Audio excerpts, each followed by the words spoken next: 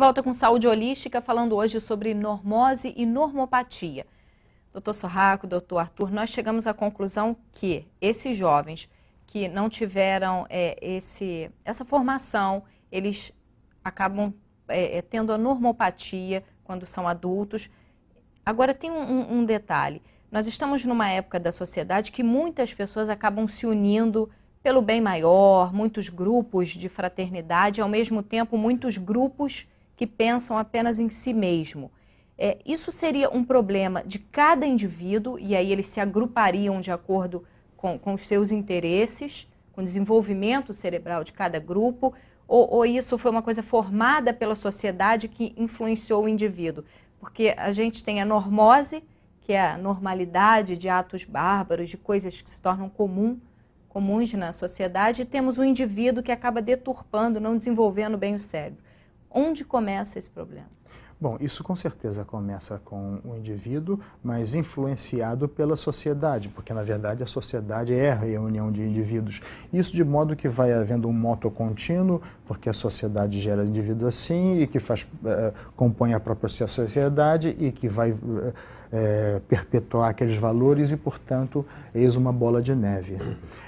À medida em que existe e não for modificado o paradigma atual vigente, que é do individualismo, do egocentrismo, do egoísmo, isso não modificará. É necessário modificar esse paradigma individualizante e excludente para o paradigma da fraternidade.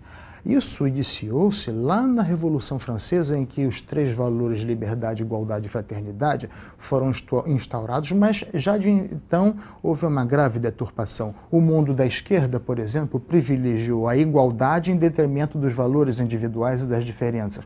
O mundo da direita privilegiou a liberdade de se fazer o que quiser com o próximo, esteja ele passando fome ou não. E nenhum dos 2 mundos privilegiou a fraternidade. Então, isso é a distorção de um modelo de Estado que seria o ideal e que na verdade, uma grande normose e que revela esse paradigma individualizante e separatista. Na verdade, isso é incompatível com a harmonia e com o amor fraterno. Enfim. Mas se a pessoa já desenvolveu essa normopatia, os senhores me falaram que não teria reversão, seria muito difícil. O que poderia mudar hoje esse pensamento? Porque as pessoas que estão mais ligadas em grupos fraternos, elas já estão desenvolvendo o 3º cérebro. Existe um 4º cérebro também, existe uma evolução. Nós teríamos 2 tipos de seres humanos diferentes coabitando o mesmo planeta, os animais e os desenvolvidos. Como é que você analisa isso?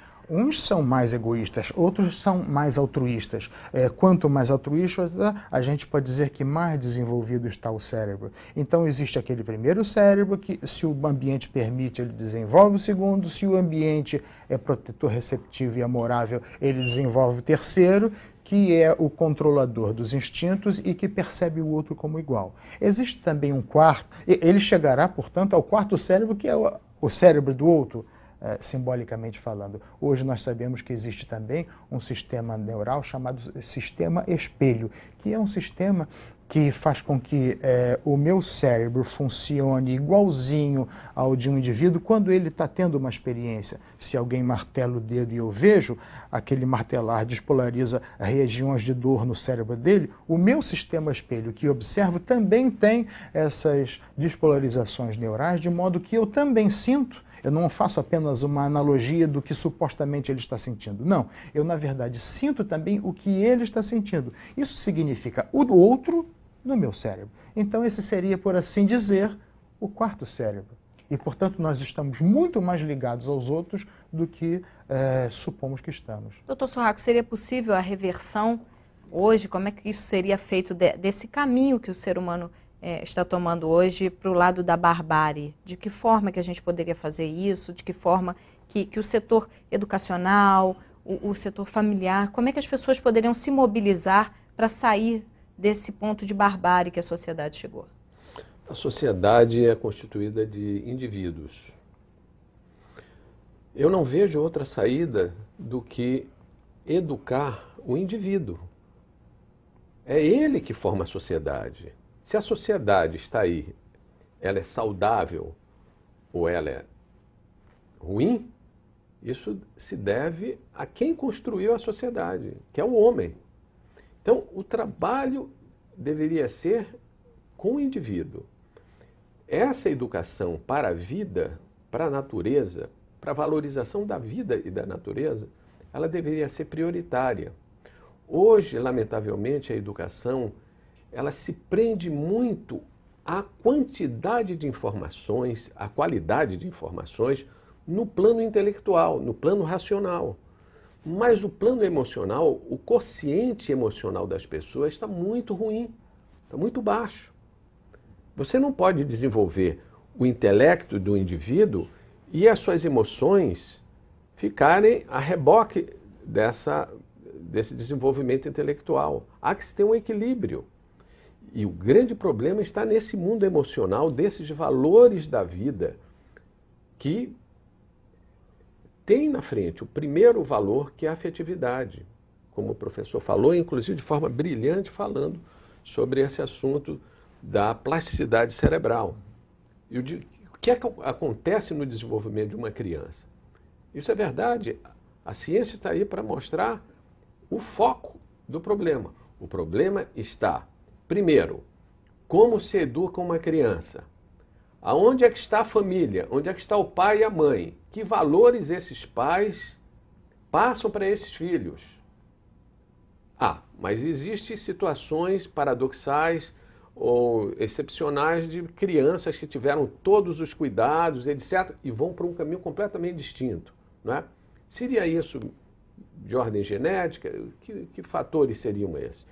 A verdade é que, se a família tem um ambiente harmonioso que passa para essa criança valores construtivos, pensamentos, sentimentos, raiz do bem, é óbvio que essa pessoa tem uma grande probabilidade de desenvolver uma vida saudável e uma sociedade rica e saudável.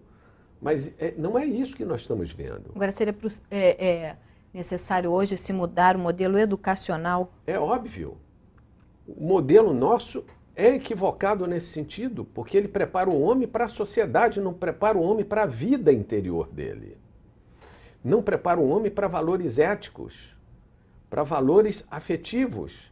Essa tal competitividade, que é fruto de uma sociedade da democracia, onde prevalece a democracia, ou uma tentativa de democracia, ela tem sido usada para outras coisas, para uma competição, para um materialismo assim cruel, não é?